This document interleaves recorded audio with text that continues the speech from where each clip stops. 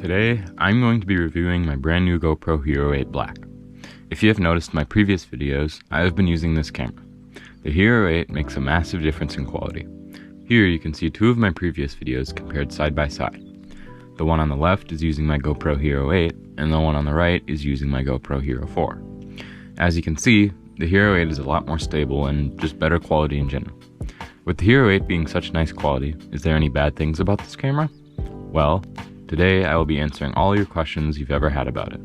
Let's start off with the settings I use to record my rides. For starters, I use 4K 30fps. You could use 60fps, but doing so results in an HVEC file. For FOV, I use SuperView. SuperView shows the entire trail and keeps the video stabilized. For Hypersmooth, I just put it on. I don't use Boost because it makes it too smooth. For bitrate, I use high. For shutter speed, I use auto. For EV comp, I use -1.0. For white balance, I use 5000. ISO minimum is 100. ISO maximum is 3200. Sharpness is at low. For color, I like to use flat.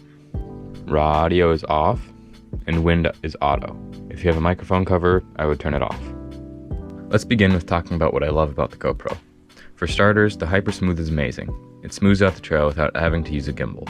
I like to just use the on mode because the boost mode smooths it out too much and makes the trail look mellow.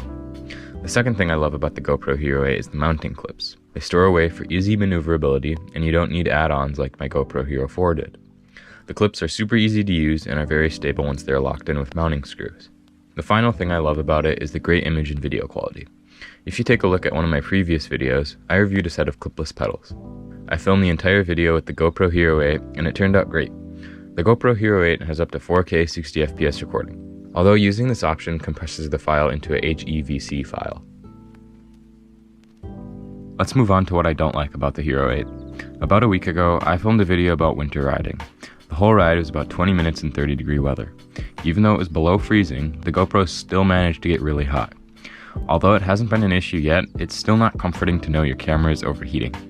Here in Minnesota, the weather can range from -50 to 110 degrees Fahrenheit.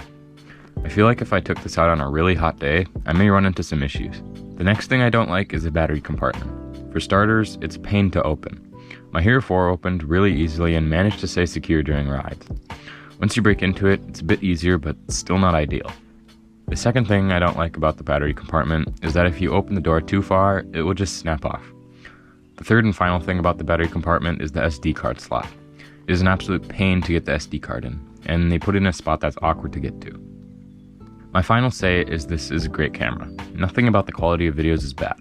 The only complaints I have is the design. Sometimes it can overheat and the battery compartment is in a horrible spot, but otherwise, I would totally recommend it. Compared to my Hero 4, this thing is outstanding. Thanks for watching, and be sure to subscribe. It really helps me out a ton. See you next Sunday.